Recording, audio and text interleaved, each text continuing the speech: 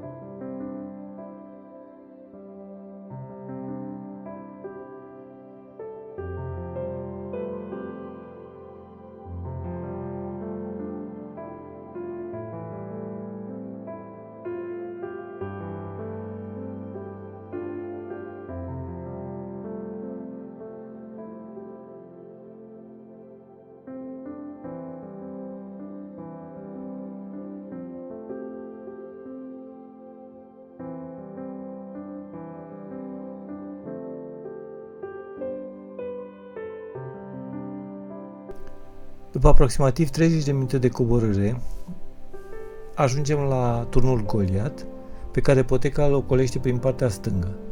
După alte câteva minute, ajungem în Șaua Tigăilor, locul de întâlnire al traseilor Bandă Roșie ce coboară de la vârful Ciucaș spre pasul Bratocea, cu traseul Cruce Roșie, traseul care vine de la Cabana Vârful Ciucaș și merge spre Baba Runca, prin Șaua Tezlei, dar și cu traseul Triunghi Roșu care coboară spre Baba Runca, prin cheile Baba Runcăi și pe fiul pârâului cu același nume. Aici, în Șaua Tigăilor, noi schimbăm marcajul Bandă Roșie și continuăm pe Cruce Roșie. Acest marcaj ne va conduce până în Șaua de sub Tigăile Mari, locul în care precizam în filmul anterior că se face o buclă. Traseul Bandă Roșie începe cu o coborâre ușoară, având în față Tigăile Mari, care au vârful scăldat în lumina Sfințitului, în timp ce baza muntelui este în umbră, semn că ziua se apropie de final.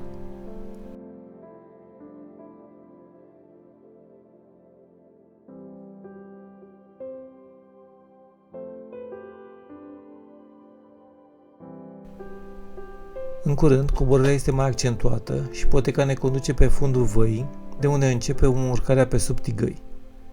Încă din creastă se auzeau cerbii în luminișile dinspre Bucegi, dar aici pe fundul văii, în pădurea dinspre sud, spre Cheia, se auzeau mugetele cerbilor, nimic surprinzător ținând cont că ne aflăm în perioada boncănitului, adică a împerecherii cerbilor.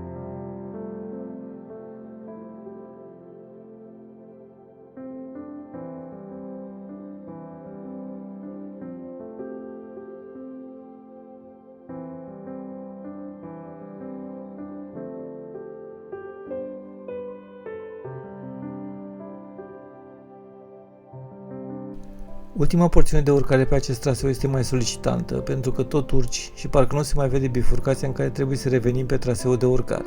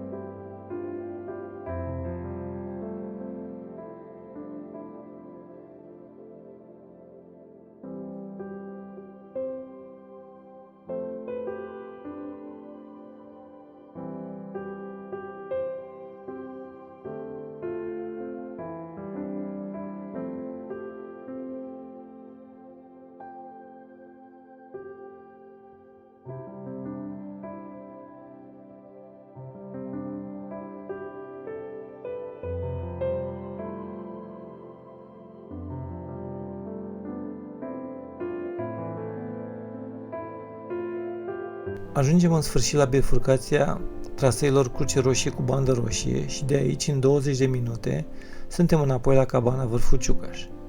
Ușor, ușor, soarele a început să apună, iar cerul a căpătat culori roșiatice.